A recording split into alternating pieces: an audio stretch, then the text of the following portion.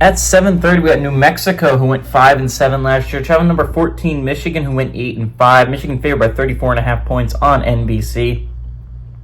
Devin Dampier went 226 at 390, threw for 2,768 yards, 12 touchdowns, 12 interceptions last year for the Lobos. Also led his team on the ground with 155 carries for 1,166 yards and 19 touchdowns. Luke Wysong had 69 catches for 840 yards and a touchdown. Davis Warren for the Wolverines went 134 or 209 last year, threw for 1,199 yards, 7 touchdowns, 9 interceptions.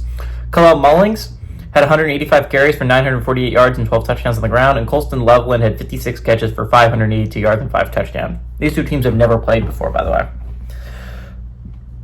Michigan is a team I'm very high on, mainly because I think their schedule works out very, very nicely. They avoid Penn State, they avoid Oregon, they avoid Illinois, they avoid all these teams that I think are going to be really scary and dangerous this year.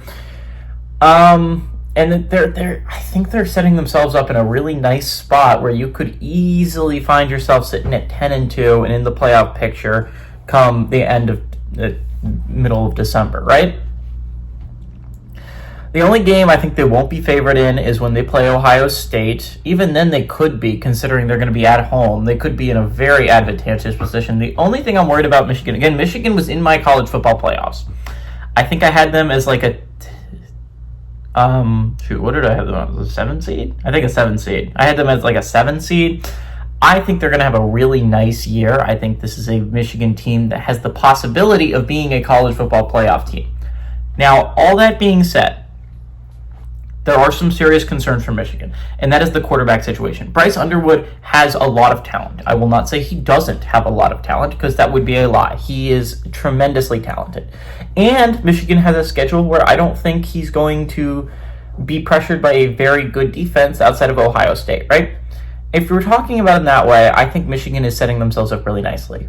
But true freshman quarterbacks make mistakes. It just happens. So if we're looking at it from that perspective, the chances are that he could lose them a game or two is very possible. And you're just hoping the game or two is not going to end your playoff hopes if you're Michigan. Now, I still think they're going to make the college football playoffs. I have them as my 7 seed. I think this is going to be a very, very good Michigan squad. That being said, there are some valid concerns, and I understand why people would not have them in their top 12. All that being said, I think Michigan's going to end up winning this game. New Mexico lost Bronco Mendenhall, and they are just not going to be as good as without him. I got Michigan to win, and I like them to cover at home.